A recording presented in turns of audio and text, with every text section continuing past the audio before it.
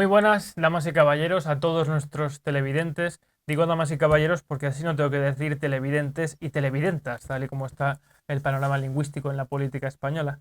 Bienvenidos, hoy es viernes 13 de julio de 2018 y presentamos un nuevo programa de Piensa y Actúa con 4 bloques de nuestro maestro, ya fallecido don Antonio García Trevijano. En este programa vamos a reemitir una serie de grabaciones y de programas que se emitieron en televisión y que se grabaron aquí en el estudio de Somosaguas sobre el tema de la representación política, y terminaremos con un corte en el que don Antonio responde a uno de los asociados explicando la idea del fin, y la motivación que debe tener todo repúblico en la búsqueda y en la lucha por la libertad, sin esperar que el camino esté señalado por unas guías o pautas o un panfleto que él haya dejado, sino por unos conceptos, por una formación y por un arduo y constante proceso de lucha y de desarrollo intelectual de todos nosotros.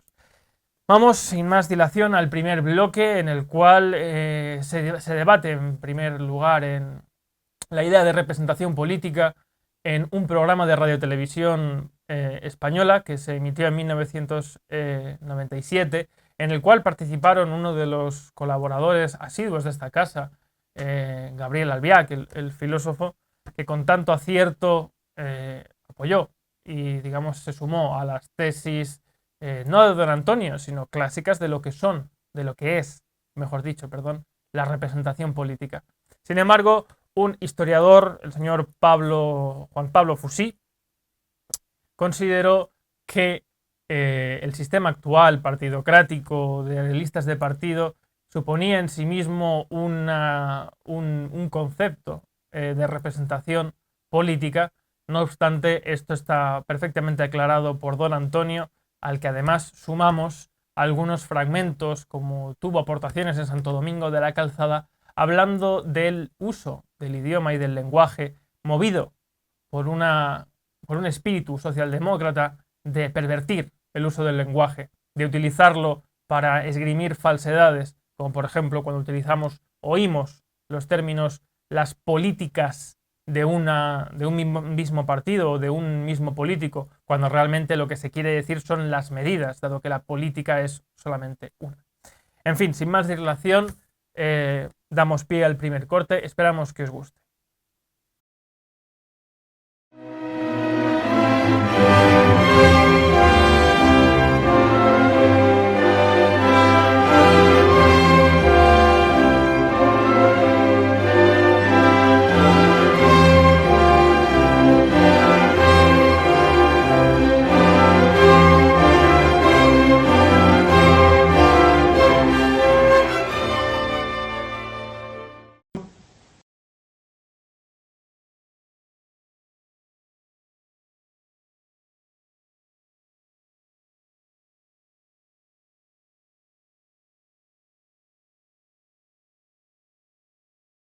El régimen actual, igual que la dictadura, ha cambiado porque hay unas libertades públicas que entonces no existían, pero que el régimen se define por 2 características.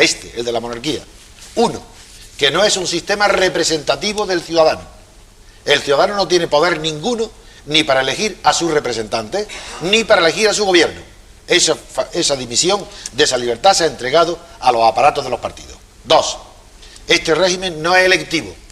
Los ciudadanos no eligen, votan, ratifican, pero no eligen. Hoy, las elecciones que ustedes votan, donde todo el mundo cree que es libre, no lo es. No tiene ninguna libertad ni para designar candidatos, ni para elegir a las personas. Bueno, y la teoría... Bueno, pues tiene libertad para cambiar los gobiernos. No, señor, no la tiene. Bueno, voy a decir por qué. Bueno, yo le voy a decir, antes déjeme que le diga que ha habido, por lo menos hasta 1981, que no puede cambiar los gobierno de UCD con unas determinadas políticas, en las cuales, entre otras personas, ejerció el poder el señor Ricardo de la Cierva. Hubo un cambio electoral verdaderamente determinante, que es el triunfo de los socialistas del 82 al 96, y ha habido una tercera, etapa en la cual después el Partido Popular un partido de carácter más conservador, etcétera, gracias al voto de los españoles, que por lo visto no tiene ninguna importancia, ha desplazado del poder a el equipo anterior, cambiándose bastantes cosas o iniciándose nuevas políticas educativas, etcétera. Segundo, con hechos. En las comunidades autónomas resulta que para bien, para mal, no entro en eso, gobiernan nacionalistas vascos en un sitio, nacionalistas catalanes en otro, tienen políticas. Bueno, yo creo que si eso no es capacidad de decisión del electorado para determinar quiénes son los gobiernos y políticas concretas que esos gobiernos ejercitan. Hombre, hasta ahora sabíamos que distintos sujetos de la acción política pueden practicar distintas políticas, pero no sabíamos que un mismo sujeto puede tener a la vez múltiples políticas. Eso no existía, no lo sabíamos, España lo ha inventado.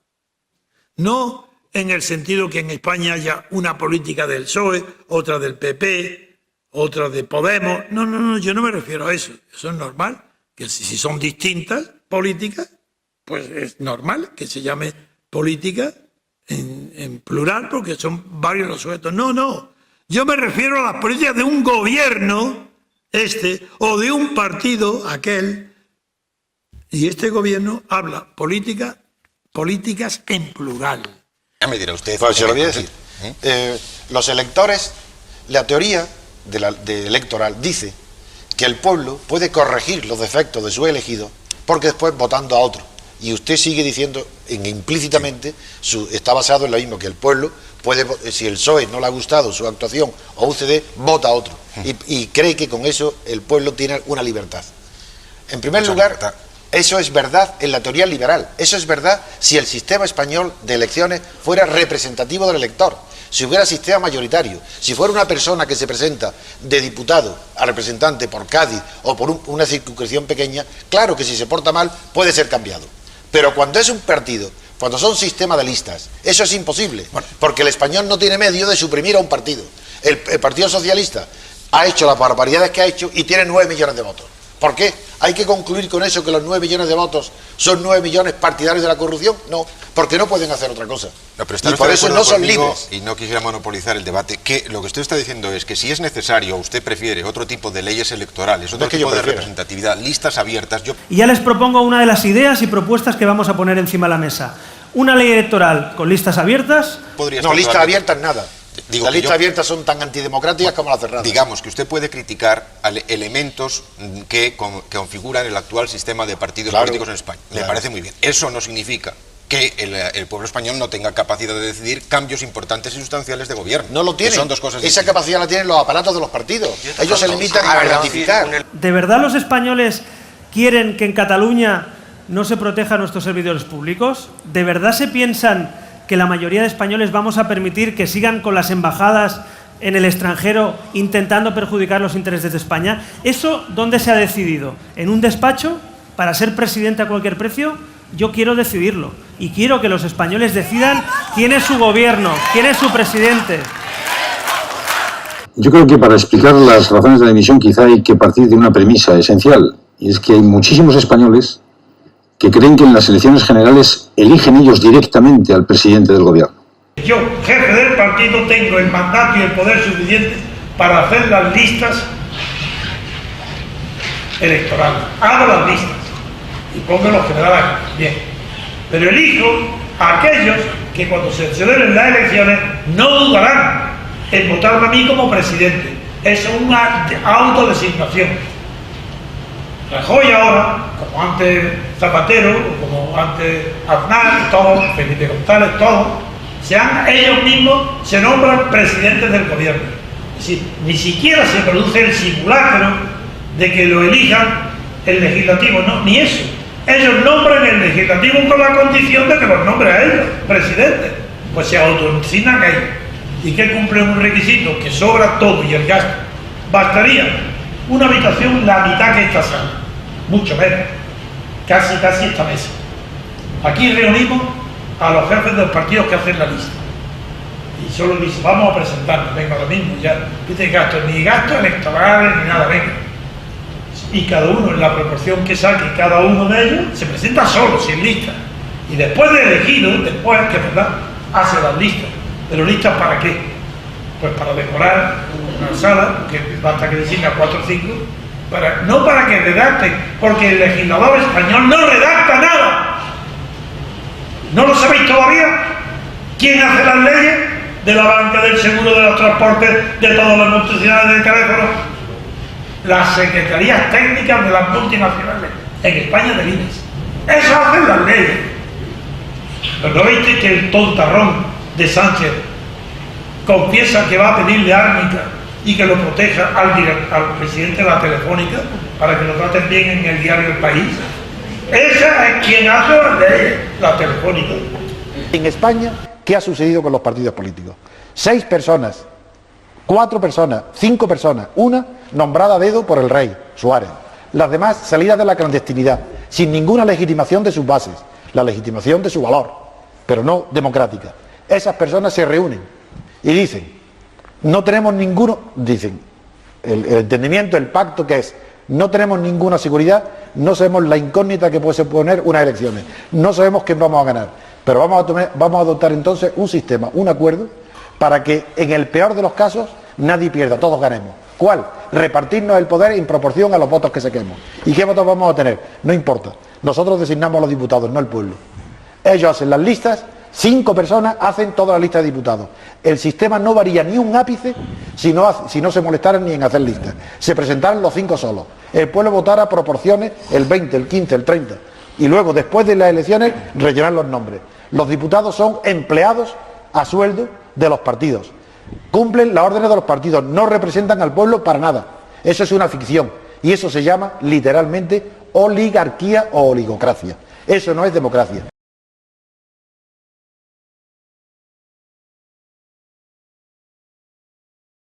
A la democracia anterior, a la democracia orgánica, se le tachaba... Dentro del grupo mixto habló seguidamente don Jesús Aizpún, representante de Unión del Pueblo Navarro, quien criticó la actual situación y señaló la paulatina degradación de la democracia debido a que no se atajan los graves problemas nacionales.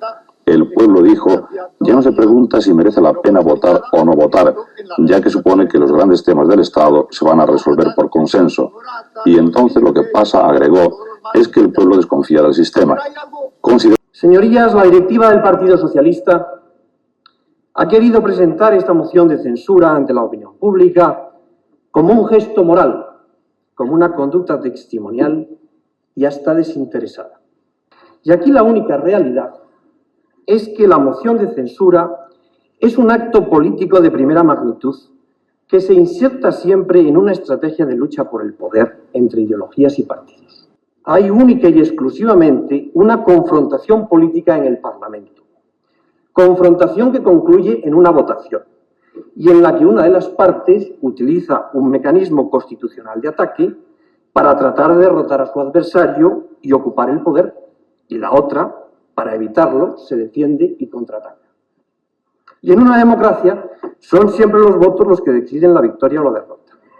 Es democrático que se unan todos los partidos después de las elecciones para expulsar, para que no entre en las instituciones o salga de todas ellas el PP. Eso dice que es democrático. Pero es que no tiene ni idea de que ni es democrático ni tiene nada que ver con la democracia, es otra cosa. Pero es que tampoco el acuerdo de que gobierne el partido más votado tampoco es democrático. Pero si es que son ignorantes, que aún no saben lo que es la democracia. Para que haya democracia tiene que haber forzosamente, escuchar bien lo que digo, en el Ateneo, y desafío a quien sea capaz, intelectual, español, europeo o mundial, de contradecirme. Para que haya democracia tiene que haber mayoría absoluta. Si no hay mayoría absoluta, ya no hay democracia. Por tanto, como aquí hay una oligarquía, lo peor que le puede suceder a una oligarquía son las mayorías absolutas y los bipartidismos. Por tanto, en España, en este régimen, la mayoría absoluta y el bipartidismo es fatal. Pero para la democracia es ideal. En una democracia el régimen bipartidista, perfecto. En una oligarquía no, porque los oligarcas no soportan ser excluidos. Yo lo que no entiendo todavía nada más, como no hay democracia. Y la razón es muy sencilla. Veamos. ¿Por qué vosotros, yo, la gente corriente, en cualquier tipo de asunto, estamos dispuestos que en lugar de pelearnos a tiros o a puñetazos, o a insultos, estamos de acuerdo en decir, bueno, que se decida por votación. Y supongamos que hay un colectivo de 100 personas o de 50 o 65 que deciden algo por votación. Todos están de acuerdo en que si hay mayoría absoluta, el que vota en contra está representado, porque ha aceptado la regla de juego. Yo acepto la mayoría absoluta y estoy representado, aunque yo esté en contra. Pero ¿quién acepta de 100 personas que gobierne o que decida un 30%? ¿Dónde está escrito eso? ¿En qué corazón? Porque tampoco está escrito la otra regla, de que aceptamos resolver las cuestiones en lugar de a tiro por votación. Pero hay una regla cordial que está en el corazón, es decir, que aceptamos las decisiones por mayoría absoluta. Pero si es por mayoría relativa, ¿dónde está escrito eso? ¿Qué sentido? Eso no existe en ninguna parte de la historia política mundial, ni del descubrimiento de la democracia, ni hasta las más perversas dictaduras ni tiranías. Eso no es verdad. Ay, ¿qué pasa? Eso es otra cosa. Que sin mayoría absoluta gobierne el partido más votado, está de acuerdo con la lógica, no con la justicia. Hombre, si uno tiene que gobernar, que gobierne el más votado. Pero eso no es justo ni es democrático. Pero parece más razonable, tiene más sentido común, que gobierne el menos votado una coalición de menos votados. Que todos unidos tengan más. Si no llegan a la mayoría absoluta, ¿qué es lo que ha pasado ahora en Podemos? ¿Qué sucede? Que como no hay democracia y no puede haber, y no hay mayorías absolutas, ¿qué sucede? Que se unen todos, los pequeños o los emergentes, Podemos, Ciudadanos, con Izquierda Unida o con los demás de izquierda, para imponer un alcalde, pero eso, alcalde, la mayoría de votos que ha sacado no es homogénea, no son cantidades que se suman, porque el voto de Podemos no puede ser sumado con el del PSOE o de Ciudadanos, sino es a cambio de que uno o todos traicionen a la vez las promesas que han hecho al elector. Todos los partidos que existen están financiados por el Estado, son partidos estatales, son una contradicción, son una aberración jurídica, un monstruo.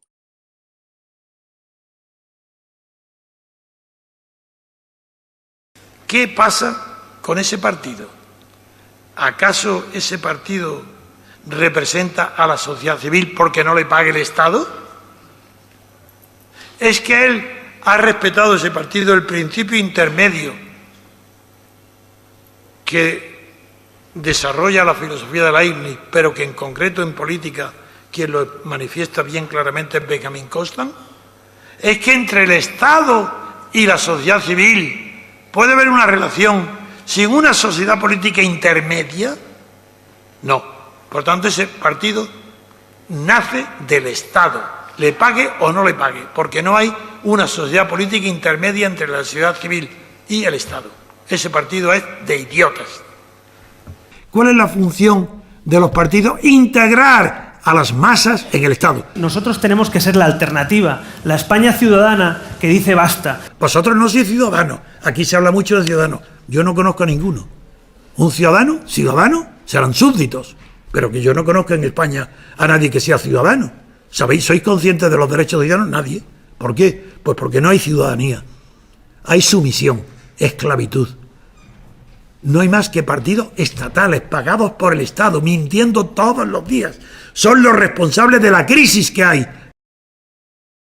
Fantástico. Este corte, como siempre, la mayoría, por no decir todas, las intervenciones de nuestro queridísimo maestro. El segundo bloque es una respuesta en el programa que se realizaba de Piensa y Verás, aquí en esta casa, en el estudio de Somos Aguas, al repúblico Pablo Díaz Donoso, también sobre el mismo concepto de representación. El repúblico plantea que acudió a una charla de Huerta de Soto y plantea la idea de representación, digamos, desde la perspectiva económica que defiende Huerta de Soto, también Juan Ramón Rayo, aunque don Antonio consideró que la tesis de Huerta de Soto, que estaba instruida y formada en la escuela austríaca y en tesis económicas, también en Adam Smith.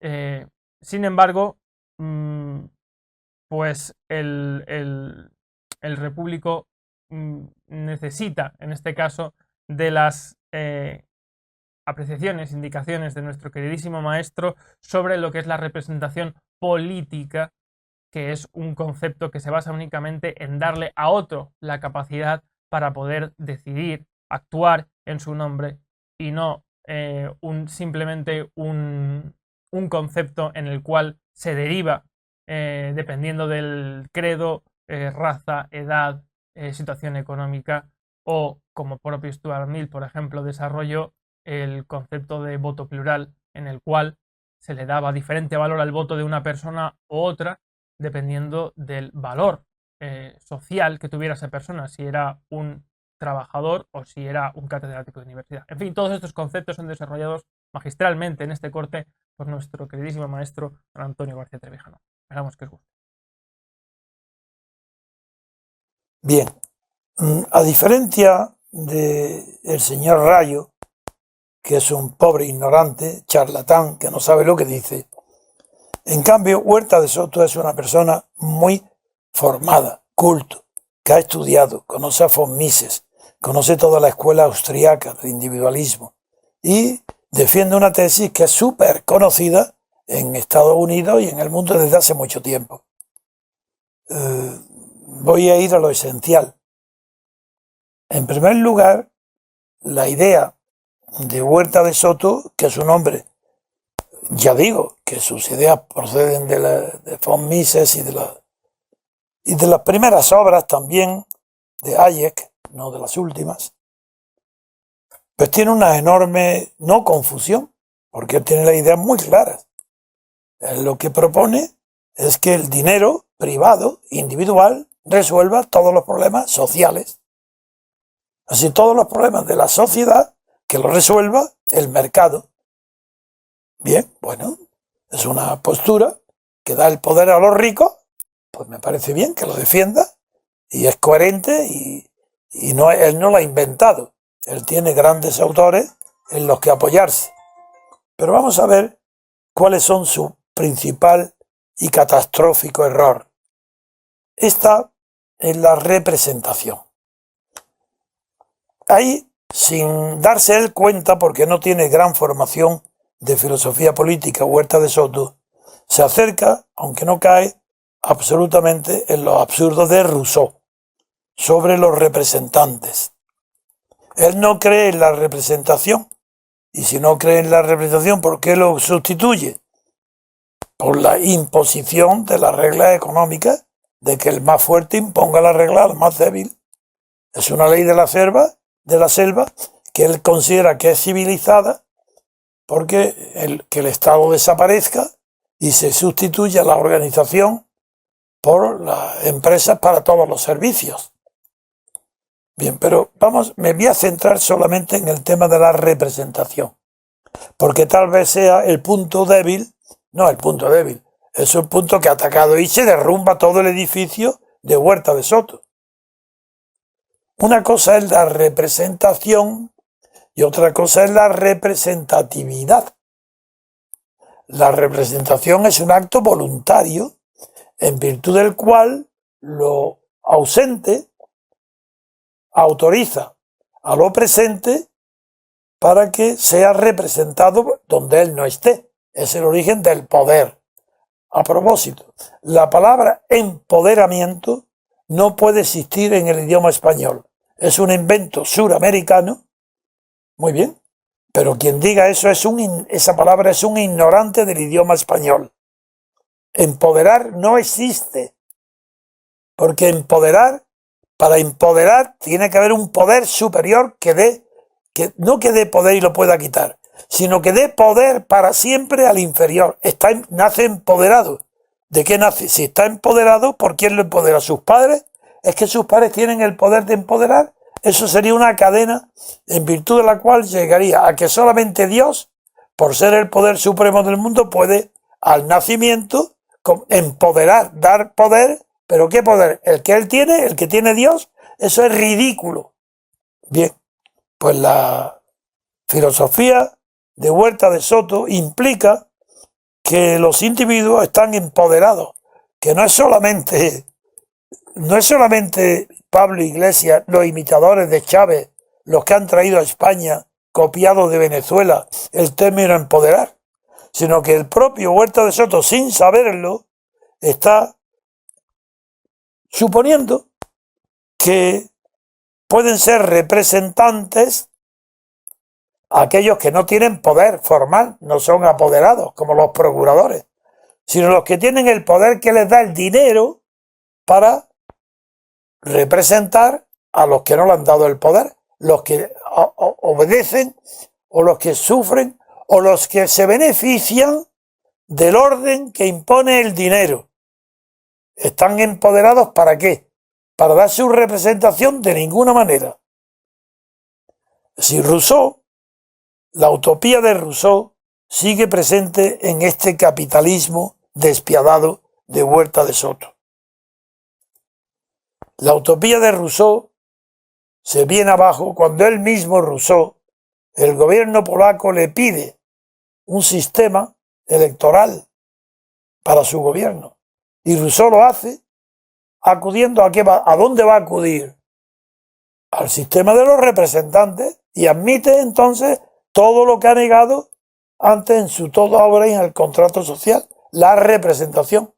Es verdad, la observación elemental que no hay representante cuando está presente los representados. Por ejemplo, si alguien está actuando en nombre del rey con un poder, aparece el rey y el duque que lo representa o que tiene poder guarda silencio, porque donde está presente lo ausente no hay representación.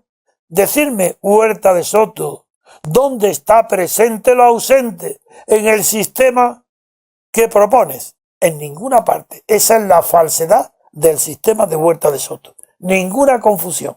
Nosotros, en cambio, nuestro sistema está basado en la representación auténtica que, procediendo de la sociedad civil, elige representantes individuales, no por distritos de partido, de listas de partido, sino por distritos electorales pequeños.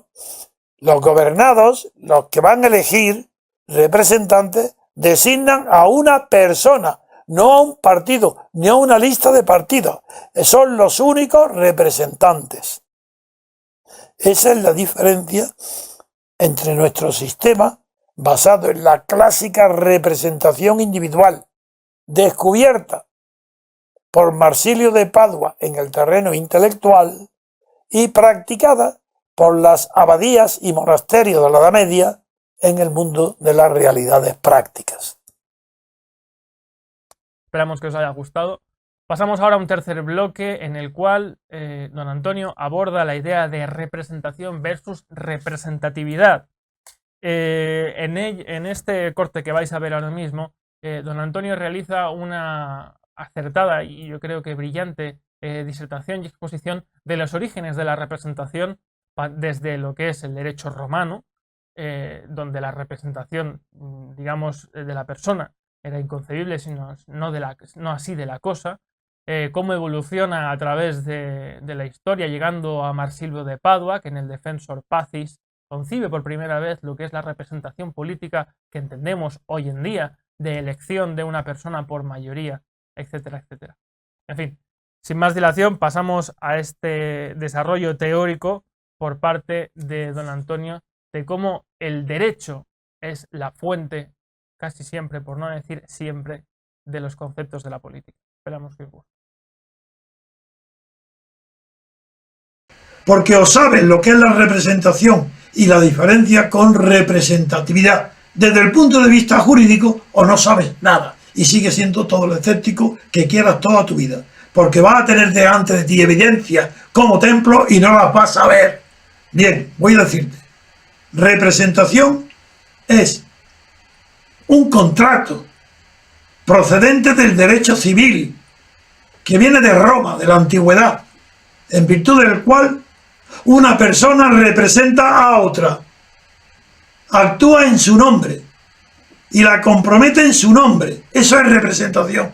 Y eso se consigue mediante un instrumento notarial que se llama poder notarial. Tú puedes nombrar representante tuyo a cualquiera y va a tener las facultades que tú le otorgues en una escritura de poder notarial y le autorizas para que venda, alquile o administre tus propiedades. Bien. ¿Qué pasa en la política? Lo mismo. Porque los conceptos de la política vienen del derecho. De allí sale la doctrina de Marsilio de Padua, que es el primero que sienta la maravillosa tesis de que una persona es representable por otra, cosa que estaba prohibida en Grecia y Roma. En Roma no se podía, estaba prohibida la representación. Era inconcebible, no es que estuviera, ni siquiera había que prohibirlo. Era tan inconcebible en el derecho romano que una persona representara a otra, ni siquiera en un pleito, ni el procurador. Eso que nosotros conocemos también ahora de los procuradores, que le damos poderes para que nos representen un pleito, eso estaba prohibido en Roma, que es la que inventa el derecho y el procedimiento. Prohibido. Y recurrieron a un truco extraordinario, maravilloso. Cuando un propietario tiene un pleito referente a su propiedad con otra persona que la invade o lo que sea, en Roma se inventa un mecanismo tortuoso, laberíntico, pero maravilloso. Como el propietario no puede dar poder a un procurador, el que lo va a representar de verdad en el juicio se llama procuratio in rem suam, porque eso sí, puede representar una cosa del propietario, pero no al propietario. Ese es el derecho romano. ¿Y sabes lo que sucede? Que como el pueblo no puede dar mandatos imperativos a sus diputados, a los que vota, se los dan los jefes de cada partido. Y los jefes de cada partido a quien obedece jamás es al pueblo, ni a sus votantes. Obedecen al jefe de partido que los pone en la lista y los quita. Nada más. Por tanto, no hay representación ninguna. En España ninguna. Y en Europa tampoco, salvo en Francia.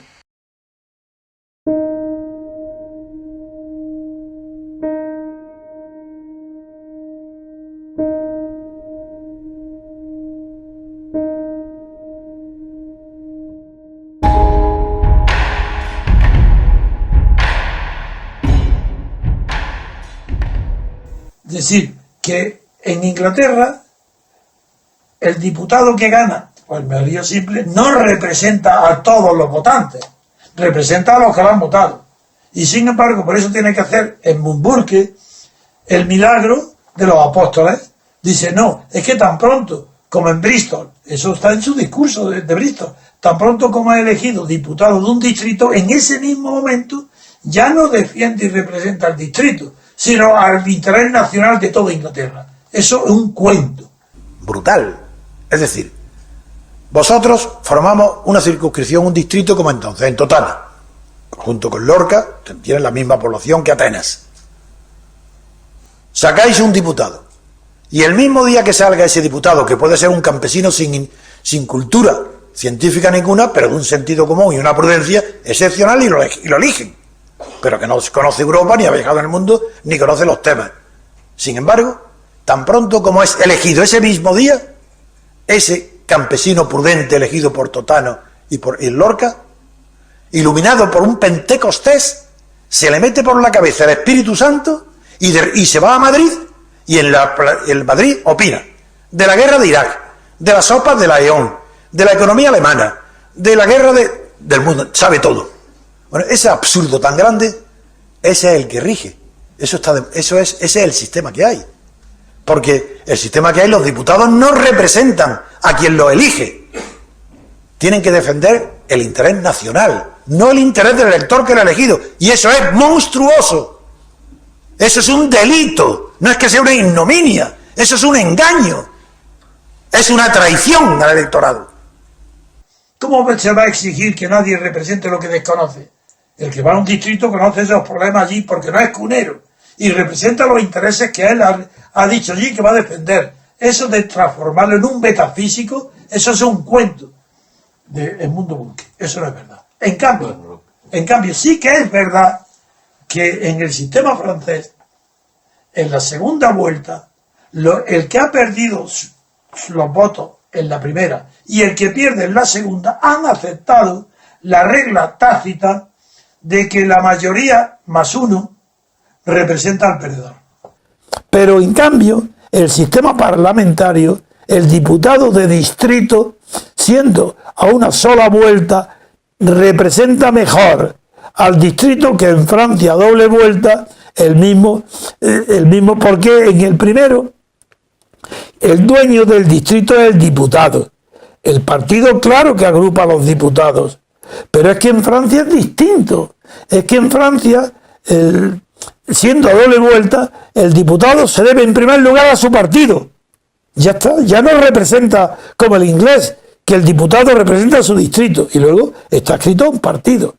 Pero eso es lo segundo. Lo primero es que es representativo de su distrito y en Francia no sucede así. Esa es la explicación. ¿Tú por qué circunscripción eres diputado aquí en el Parlamento británico? Ronda, en el país de Gales. Soy galés. ¿Y cuando vas a Ronda, vas porque vives allí o porque allí también tienes trabajo como diputado? Los dos. Cada viernes tengo casa abierta en mi despacho en Ronda, donde el público puede venir si tienen cualquier problema para que yo les ayude. Acabo de hacer no sé cuántos emails de los votantes en mi distrito electoral que tienen problemas con los desagües o lo que sea. Hay una mujer que tiene problemas con los árboles al lado del río y acabo de contestarle sobre eso, una señora Lewis. O sea, el ciudadano tiene acceso directo a su diputado. Sí, es normal. Y si no lo haces, vas a perder en las próximas elecciones. Si tú descuidas a tu electorado yendo cada semana, cada viernes allí a atenderles, sí, dejarían de votarte. Sí.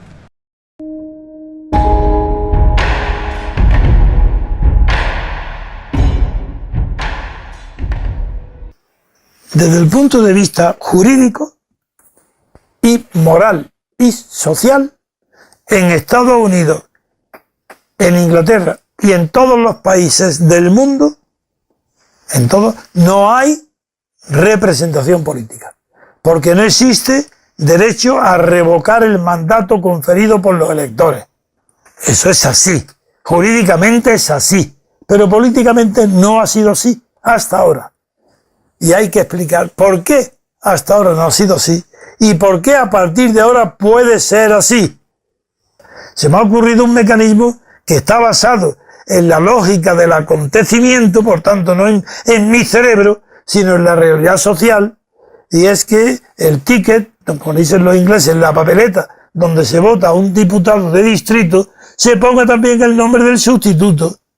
Entonces, si el primero no cumple la promesa, el distrito que lo ha elegido puede, con requisitos previstos en un reglamento, se reúne y sin necesidad de nueva elección lo destituye por no haber cumplido, con la presencia en ese juicio de un técnico profesional de la magistratura o de la judicatura para evitar cualquier cuestión que sea ajena al derecho, lo destituye y se nombra a uno nuevo. ¿Que ese nuevo quién va a ser? El sustituto, el que figura ya en la papeleta. Entonces sí que hay, ahí sí que hay. 1. Revocación del que no cumple. 2. Sin necesidad de aumentar el gasto del contribuyente, sustitución porque ya se nombró para prevenir el caso de incumplimiento por parte del diputado.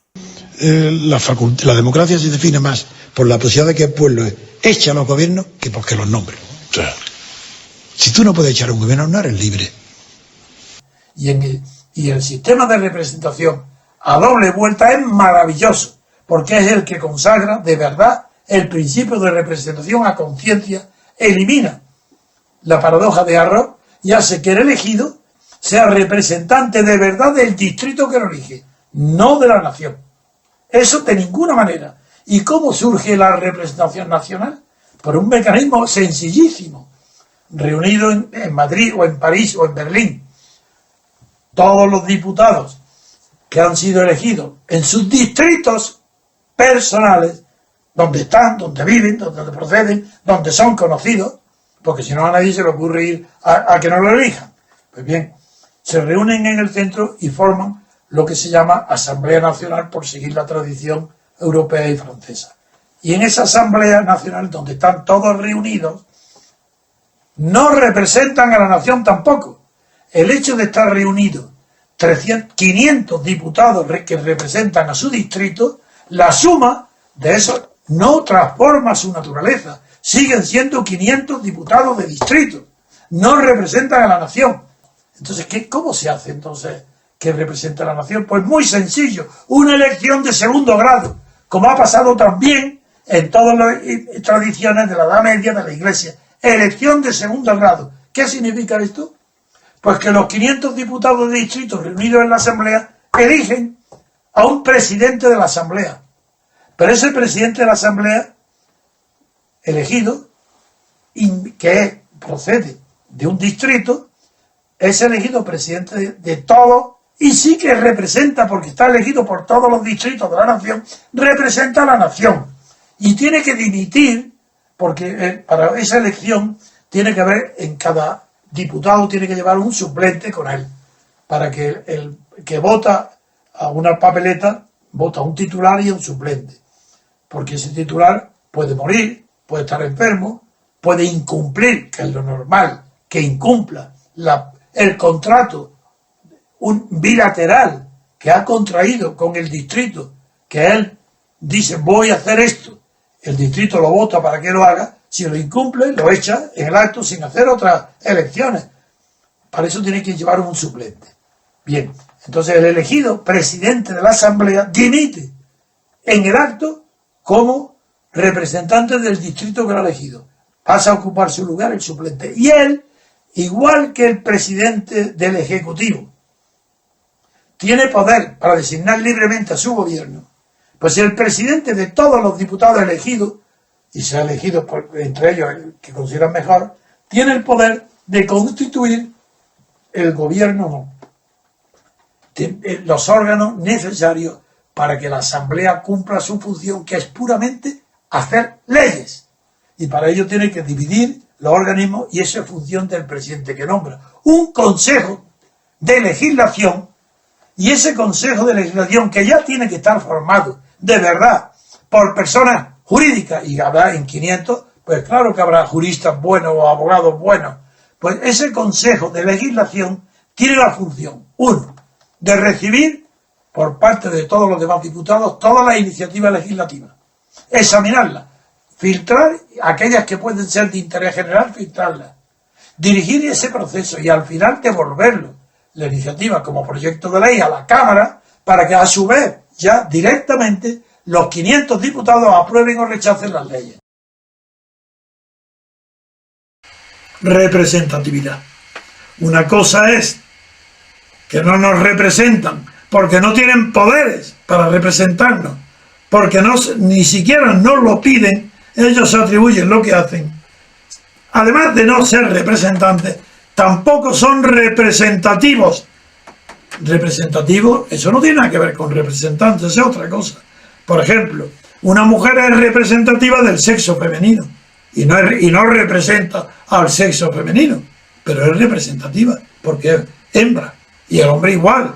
Es decir, un español puede ser representativo de su idioma, de España, pero no lo representa, es representativo. Las costumbres son representativas, la sardana es representativa del pueblo catalán, pero no lo representa. Esa enorme diferencia entre ser representativo y ser representante es la que se confunde y ha ocasionado tu confusión. La representatividad lo que designa es una correspondencia paralela, exacta, copia, especular, como un espejo, entre la institución que pretende ser representativa y aquello que normalmente es la sociedad de la que pretende ser representativa. En el caso político, la representatividad sería la correspondencia o la copia o la reproducción de la institución con respecto a la sociedad española. Ya veremos, y lo sabéis también, que no hay una sola institución española, ni una, ni un solo partido, ni el Parlamento, ni el Gobierno, ni la Judicatura, ni la prensa, ni lo digamos las televisiones. No hay una sola institución que sea representativa del pueblo español, que sea representativa del pluralismo de la sociedad española, que sea representativa de la sociedad civil. Por tanto, no existe representatividad en ninguna institución. Por eso es la grave crisis moral y permanente. Una cosa es la política y otra cosa es la vida y la sociedad, y cada uno va por su lado.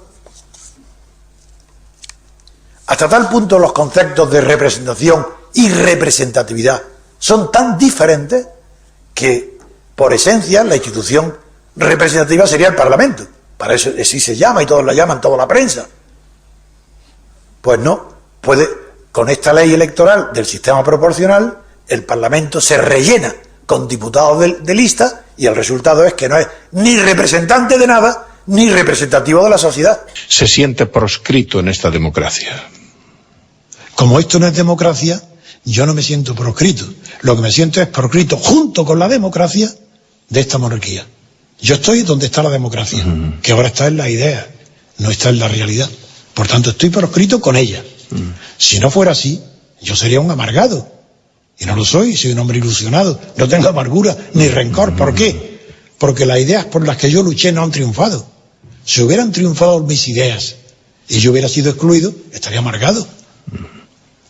Pero yo es normal que nadie me reconozca nada, es normal. Los valores que a mí me inspiran están desterrados de España.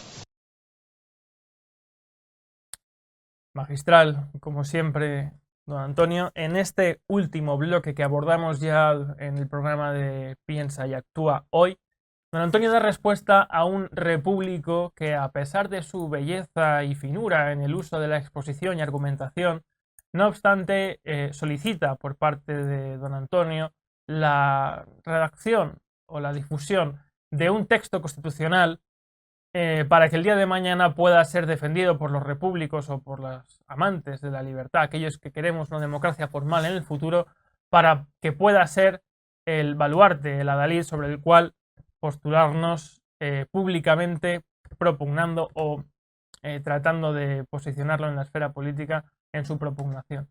Una constitución que don Antonio siempre se negó a escribir por las razones que va a dar a continuación, pero fundamentalmente porque la lucha de un repúblico tiene que estar movida por una formación, por una confianza en los conceptos y no en un texto, en un panfleto que se le dé como a quien se le da cualquier juguete o cualquier objeto y que puede defender o sin creer o sin saber muy bien lo que está defendiendo.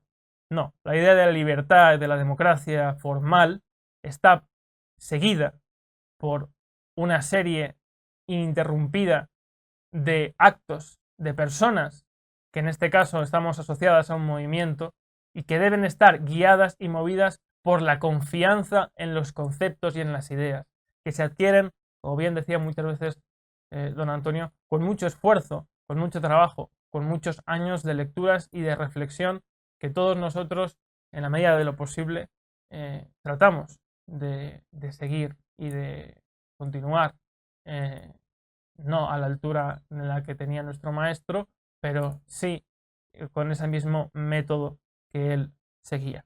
En este último corte, don Antonio expone magistralmente cómo el fin de los que luchamos por la libertad siempre es la confianza en las ideas que defendemos y no en algo que se nos ha dado para que lo esgrimamos ante los demás. Con este último fragmento os dejamos, esperamos que os guste.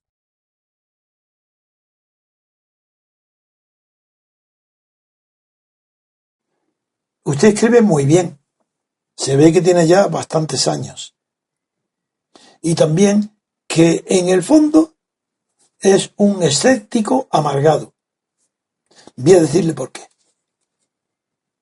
Hay dos resortes en la vida de toda persona, de toda, buena, mala, inteligente, torpe. Hay dos resortes en la vida de cada persona y de cada pueblo para afrontar el futuro. O se está atraído hacia el futuro por un imán que orienta, lleva a una meta, el imán te atrae, o por un motor interior. A usted le falta ese motor. Y como le falta ese motor que no tiene confianza en sí mismo, me pide a mí que en lugar de estar hablando tanto y tan bien de emociones, y de contextos y de conocimientos políticos que por qué no expongo. El proyecto de ley que yo propongo, quiero una ley, un proyecto de ley. Ya sé que usted conoce los argumentos que yo doy, que una persona no es quien para poner ningún proyecto de ley, y que por muy conocedor que yo sea, como sé que lo soy, del derecho constitucional, bastaría que yo propusiera una constitución para que eso sería suficiente para que jamás fuera aceptada. Porque todos quieren tener el orgullo, el amor propio de haber participado. No aceptar una ley que ha hecho Trevijano o cualquier otro, incluso reconocido como sabio, que no es mi caso. Porque la gran mayoría de los españoles o me desconocen o tienen una opinión negativa de mí, creyendo que estoy corrompido por Guinea sin saber siquiera ni dónde está Guinea, ni que yo no he tenido cargos ninguno, ni en Guinea ni en España, y que no saben qué es. Sin saber nada, creen que está corrompido, figúrese. Bien. En cambio, usted no tiene motor. Su vida no está empujada por algo interior que la mueve hacia una finalidad noble. Usted es entregado, confirmado. Usted dice que es egoísta. ¿Cómo? Es egoísta porque no tiene vista, porque no ve el futuro, porque no tiene motor. Egoísta no. Lo que tiene es una visión tan a corto plazo que usted, claro que confunde. Usted piensa como Hegel, todo lo que existe tiene una justificación, tiene una razón de existir. Entonces, ¿cómo va usted a destruir? ¿Pero quién es usted para destruir? Para destruir hace falta tener una idea tan clara de la construcción que propone que solo entonces se atrevería. Además, usted, como escribe bien, es un hombre inteligente, un hombre que sabe argumentar, pero no ha leído libros importantes. Usted no ha leído a Gramsci, por ejemplo, porque Gramsci tiene bien demostrado que destruir es mucho más difícil destruir que construir. Y eso no solamente en humanidades, en la naturaleza humana, sino incluso en la física. La ley de la entropía explica por qué es más difícil, mucho más difícil, destruir que construir. Pero usted no tiene confianza en sí mismo. Por eso no va a la Alpujarra. Le da miedo. A usted le da miedo tener fe en algo, creer en algo. Y entre ellos, sobre todo en la libertad política. Le encanta escucharme, le gusta, pero dice, no es suficiente. No es suficiente que usted proponga una acción colectiva, porque para proponer una acción colectiva no vemos el premio. Queremos ver el premio a la vista. Díganos usted dónde está la tierra prometida. Moisés no llegó. La tierra prometida de Moisés, cuando la divisó murió. ¿Usted quiere ver la tierra prometida? No.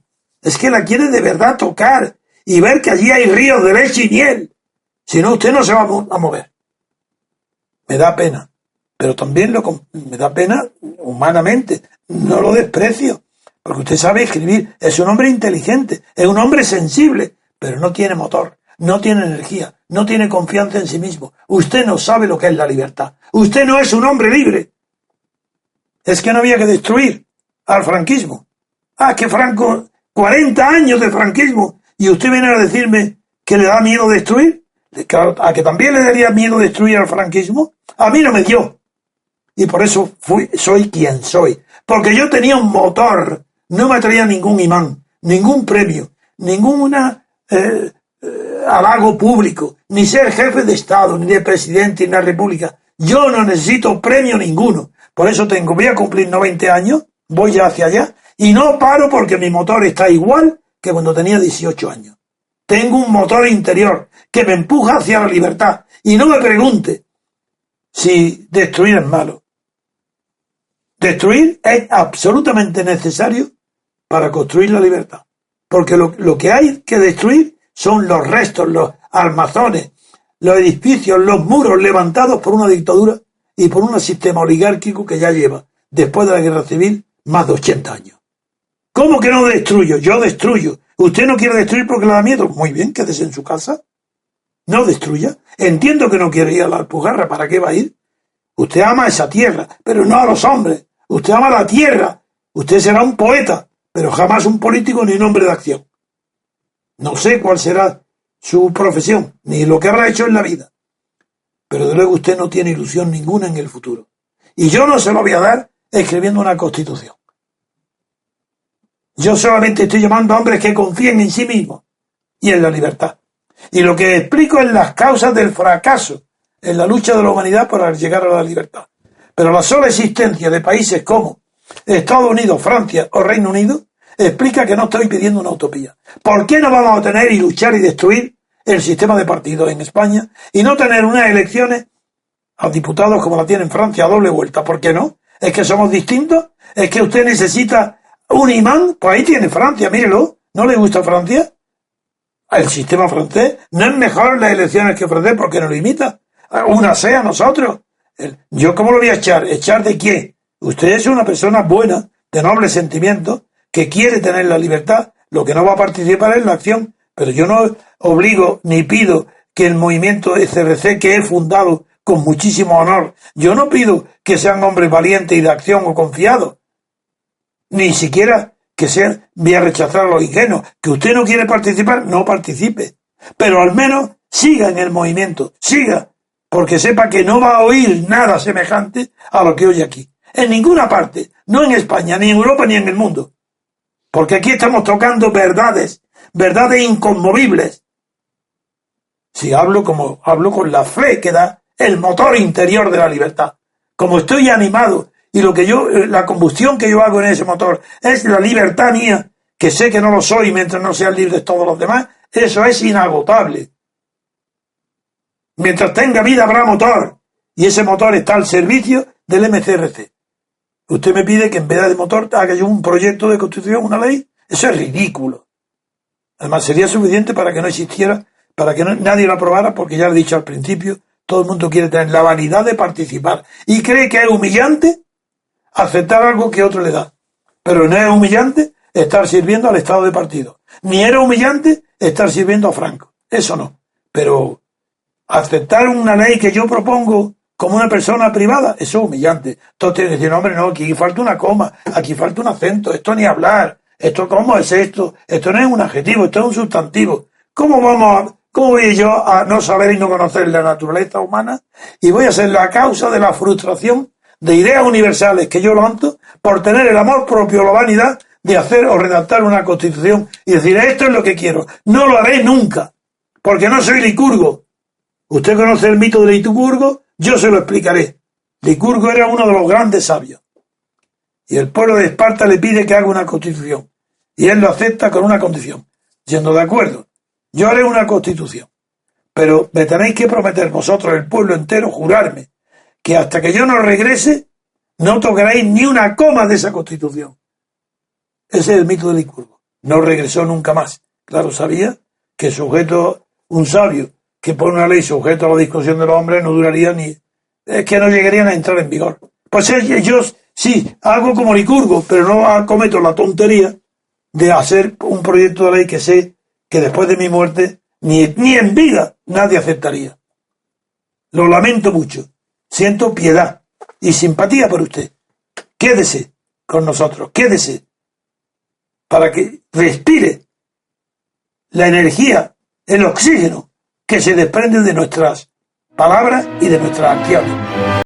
Especialmente instructivo considero que es este último corte, más aún cuando cabe despedir este programa emplazándoos a todos los repúblicos el próximo 21 de julio a acudir a la segunda asamblea, donde todos nosotros tendremos la oportunidad de poder participar modestamente en este proyecto común, en este caso de conquista de la libertad política en España.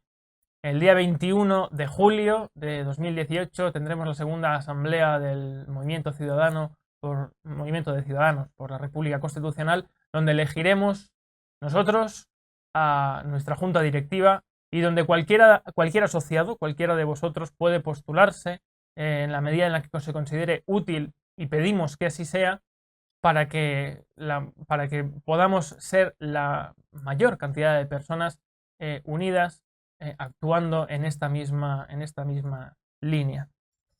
Está abierto el plazo de presentación de candidaturas y en esa asamblea se elegirá a las personas que compondrán en el futuro la junta directiva. En fin, sin más, muchas gracias por ver este programa. Os emplazamos a los siguientes. Yo soy Rubén Gisbert, ha sido un placer estar aquí con vosotros y nos esperamos todos el día 21 de julio.